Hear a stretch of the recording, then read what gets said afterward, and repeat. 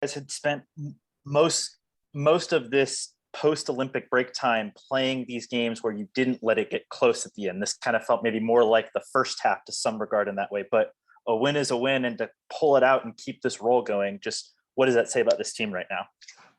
Yeah, look, obviously we played a little bit more poised down the stretch, and we had a 17-point league, and we didn't protect that very well. But this is a young team, and like I said, they're the dangerous ones. They've got nothing to lose, but they've got some really, really talented players, and just going out there and playing hard. I thought McCowan was a real handful for us as well too. So, but the most important thing, we got the W.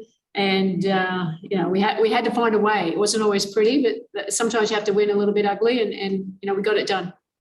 Obviously, the feistiness, you never want it to potentially impact on the court, getting technical fouls potentially. But I feel like that's something that as a coach, you kind of also welcome to some extent, because you want your team to be energetic and passionate and wanting to play. Is that that game got a little feisty at the end, and that maybe was a good thing to some extent for you guys, right? Yeah, I think so. I think we didn't come out with the appropriate energy, and I don't know why is that, but it was good for us to have a close game, to be quite honest. We know every game's going to be hard. It's more how you're going to execute down the stretch. And, for the most part, we did a decent job. Sometimes we had some breakdowns and gave too many open looks there. We just got to communicate better. But, yeah, look, it's just how the game was being called. It's players sticking up for another player, and that's what we're supposed to be doing out there. And it created a little bit of energy, and, as long as we're staying together, that's the key thing.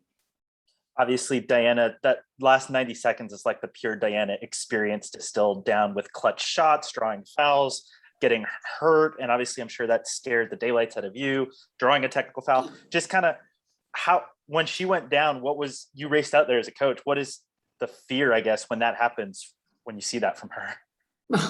Yeah, well, I didn't see what happened, but when Dee goes down, she's tough. She's one of the toughest players out there. So, that's obviously always scary in that. But thankfully, hopefully she'll be okay. I think she stood on someone's foot there. But look, Dee, there's no better closer, and that's why she's the GOAT. It doesn't mean regardless of what happens in the rest of the game, she can come out and make the big plays. Puts the ball, obviously put the ball in her hand, and she's making big plays, and that's what makes it really, really special. We'll kick it over to Jeff Metcalf, Arizona Republic, followed by Paul Richardson. When you did similar to what you did in the third quarter the other day, you have a tendency to think it's just going to be kind of a nothing fourth quarter, similar to like what Saturday was, just play it out, I guess is what I'm saying. But like you said, they don't have anything to lose, and it showed some I don't know, some character on their part, I guess, to come back on you like this. Yeah, no, without a doubt. Like I said, they've got some really good young talented players. They've got a lot of injuries as well too. So, they're, I'm sure, disappointed that they're losing the game. But yeah, I thought they played really well for 3 quarters. The third quarter we got on top of them again, but they didn't put their head down. They can continue to put us under pressure, to be quite honest. And you know what I mean? We've got to make sure that we're maintaining those leads and making some better decisions than what we did. But yeah, give credit to Indiana. Yeah, their players, Kelsey Mitchell, she's a handful, but they got penetrators, they got shooters. Obviously, I thought McCowan was, she played really hard and well for him tonight. She was a big target inside, and that helps. That's how we play. Yeah, BG inside kind of opens up for everyone else. Is there, like you said, there's kind of a message in this, right? That you can't just come out and sort of flip the switch for one quarter and think that's gonna do it, especially when you get to higher level competition. Yeah, without a doubt, and again, and obviously we took the day off yesterday, but maybe a little bit lethargic coming out. Not staying in rhythm there, but we know the games are going to get harder and harder. And Atlanta coming off a big strong win last night in Dallas, and a very athletic team. So we're going to have to be ready for that. They're going to be coming at us, and their defense was aggressive against it. Well, we're going to expect that against Atlanta too. So we have to make sure that we're executing and playing. It was kind of it wasn't much energy in the gym. We've got to create our own energy. That's by obviously making sure we're competing and playing together for 40 minutes. Great, thanks. All right, next up we have Paul Richardson with the Sports Cave. Hey, I'm sorry. All right, there I go. Sorry, Coach. You're 2 games. You're the 5th seed, but you're only 2 games out of the 2nd seed. do you look up at that ever, or do you just play ball and then you'll end up where you end up, or do you peek up at that? Yeah, look, at the moment, obviously I'm looking at it. Nice to be able to get up there, to be quite honest. But, for us, we just got to make sure we can't look too far ahead, because these games like this can come back and bite you on the butt, to be quite honest. And we have to grind it out. We have to grind wins out. We got to keep, handling adversity in a game, and, momentum changes, and making sure that we're building up to where we want to be at our best in the playoffs. One game at a time approach. It'd be nice if Indiana could play like that and beat Minnesota for us. But, at the moment, we just got to we control our own destiny. It's all about how we're going to play. And if we get some help from other teams, yeah, great. So, and where we stand in the playoffs, it is what it is. And we just got to come ready to play. Of course, BG had a double tonight, but defensively at the end of the game, she made it very hard for the Fever to get shots over her, especially that last contest on the three. Can you just talk about her versatility, able to bother shots inside, but still be able to get out and contest shots like that? Yeah, obviously we didn't want to give them a three. We had a 3-point lead, so we'll switch and everything there. But yeah, credit to her, Kelsey Mitchell. She's got real long arms, but that she's got these in and outs, and BG was able to stay in plays. We could stay at home, but that's BG's development, to be quite honest. She's a scorer. She's rebounding great for us, but she changes the game defensively. And, it's a situation we had to switch, and she handled that quite well too. Thanks, Coach.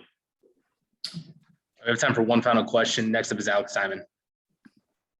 Yes, Sandy, just one quick follow-up. We got word right at tip-off about Alana being out for health and safety protocols. Is there anything you can share kind of about her at this point? Not at the moment. I'll probably they'll update me now and let me know. But hopefully she'll be okay. Thanks. Thanks, Sandy. Bye. All right, so we'll have Sophie Cunningham up first.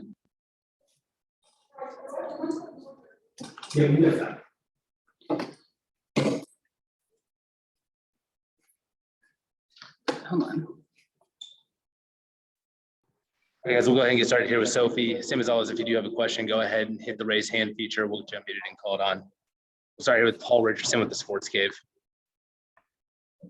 First, I'm digging a t-shirt. That's way cool. Ooh, thank you. Appreciate it. No worries. The game got off to a kind of a slow start, crushed it in the middle, and then had to kind of hold on.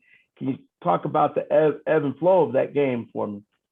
I think it was a grind. I think it was kind of an ugly game for us. But, the great teams can hold on to it and finish it with the W. And I think that's what we had to do today. But it was just slow. Our third quarters being here in Indiana have been really great. But we got to put 40 minutes together if, we really want to make a run at this thing. And then I asked Andy about this too. You're now 3 games out of the second seed, or 2 games, which is really close. How often do you peek up just to see where you are, or is it a motivation, I guess, is what I'm getting at, to look up and see that you're gaining ground? I think it's always good to know big picture and know what's going on around the league. But I think that the great teams and the great players, they take one game at a time, and they give their best effort and all the energy into one day at a time. Because if you look too far ahead, stuff will sneak up on you and you might lose some. So I think it's good to know big picture wise what's going on. But I think for this team, just staying in the moment is going to be our best friend. Next up is Jeff Metcalf, Arizona Republic, followed by Alex Simon. You had the third quarter as a team, and then you made that 3-pointer and you were up by 17. Is there a tendency to let down at that point, thinking, Indiana's just going to kind of roll over here, or what do you think kind of happened in that stretch to let them get back into it? Yeah, I don't think that we thought that at all. I mean, Indiana is a very dangerous team. They have a lot of talent. They're fast. They're really good. So no, I don't think that was our mindset at all. I just, it was a rocky one for us today. And like I said, that the great teams, they push through and they get the W. And it's not always pretty. Sometimes it's a grind. And for us, besides the third quarter, we just had to grind it out. What, is it a concern at all when you can't put more of a complete game together? Like, the third quarter the other night, third quarter tonight, is that a little bit of a concern? I don't think so. I think being here, we just had to bring our own energy, and we played early one game, and then this game, we just it was just rough sometimes. It's not always going to be pretty, but I think from here on out, we learned a good lesson, and we came out here with 2 wins, and that's all you can ask. It wasn't our prettiest basketball, but I think we've been playing pretty good ball since Olympic break started. Or after Olympic break. So I think we'll be all right on moving forward. Next up, we have Alex Simon with the next, followed by Kobe Mosley. Hi, Sophie. Obviously, you guys have been rolling pretty well. I mean, now it's 7 of 9 that are double-digit wins here. But Sandy kind of just hinted at this, and I would wonder too: is it actually kind of valuable for the team to play some tightly contested games? I know you guys had so many of them in the first half, but after this stretch where you're rolling, to have to fight and grind and keep that game as a win, even as tight as it's getting. No, I want blowouts every game. No, but I think it's good. I think it's a good test for us. It makes us come together as a team. We can't just go off on our islands, especially with this late push. It's not going to be easy, and so we're going to have to learn how to weather the storm and try to not get too high, not get too low. And so I think it was good for us. But me personally, hell no, I'd rather a blowout win every single time. I'm sure everybody would, but right. And lastly, the last 90 seconds feels like the ultimate Diana experience right there, with hitting clutch shots, drawing fouls, getting feisty with opponents, obviously also having an injury scare, which has unfortunately been a thing. Just when she's playing like that, but also kind of doing everything on the court, what is it like as a teammate? Awesome. That's what she does in practice and she does in games. So you expect it. You have a high expectation of her, a high standard.